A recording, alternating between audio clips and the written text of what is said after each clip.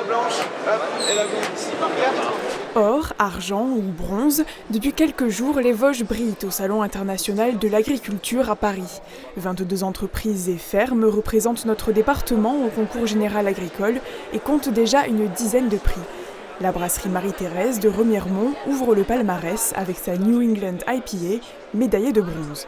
Une bière avec pas mal d'amertume, beaucoup de houblon en infusion à l'intérieur, un produit plutôt voué à la dégustation. L'an dernier, le Romarimontain était reparti avec l'or, une distinction non négligeable. Ça a boosté les ventes forcément, ça fait un peu de publicité, on a quasiment brassé 2 fois plus le produit, donc c'est top, on se fait une petite place tout doucement. Même impression sur le stand voisin de la coopérative L'Hermitage. Ce poids lourd de la fabrication de fromage a reçu l'argent pour son Munster AOP au cumin. C'est une belle visibilité par rapport aux consommateurs.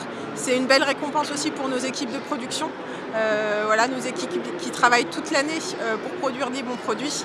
Et c'est pour aussi les faire connaître plus largement, on va dire, au grand public. Avec jusqu'à 100 000 visiteurs par jour, ces allées offrent une vitrine de choix pour les produits locaux. Confitures, bonbons et spiritueux à déguster pour donner un avant-goût de notre territoire. Ça avait l'air bon, non? Ah oui, vachement bon. Moi je suis fan de la liqueur, ça se boit bien. Bientôt de passage dans les Vosges?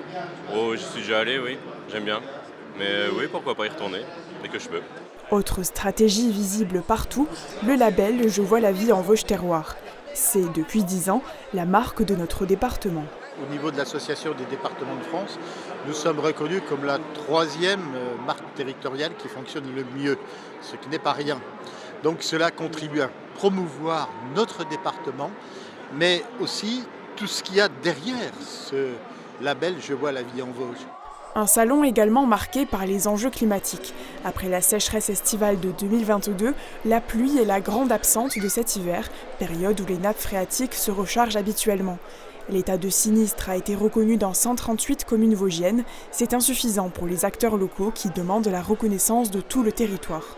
On espère que les services de l'État, pas comme l'année dernière, seront à nos côtés si on se retrouve encore face à un coup dur, puisque l'année dernière, le département des Vosges n'a pas été reconnu comme étant assez sec pour pouvoir permettre à ces agriculteurs de bénéficier des calamités agricoles. Donc c'est un sujet effectivement qui est très prégnant dans le monde de l'élevage, et sachons que l'année dernière, nous avons quand même perdu 10% du cheptel bovin dans le département des Vosges, qui est colossal. Le fourrage, le foin, la deuxième coupe, etc., ça peut se négocier entre 120 et 200 € la tonne. Donc si on doit l'acheter après, si notre territoire complet est touché par la sécheresse, il faut aller voir plus loin. Donc c'est des coûts d'achat et c'est des coûts aussi de transport qu'il faut supporter et qui sont difficilement entendables par les éleveurs. À cela s'ajoute la hausse du coût du transport et de l'énergie. Dans les prochaines semaines, le gouvernement doit présenter un plan sur la gestion de l'eau. Objectif, éviter la pénurie survenue l'été dernier.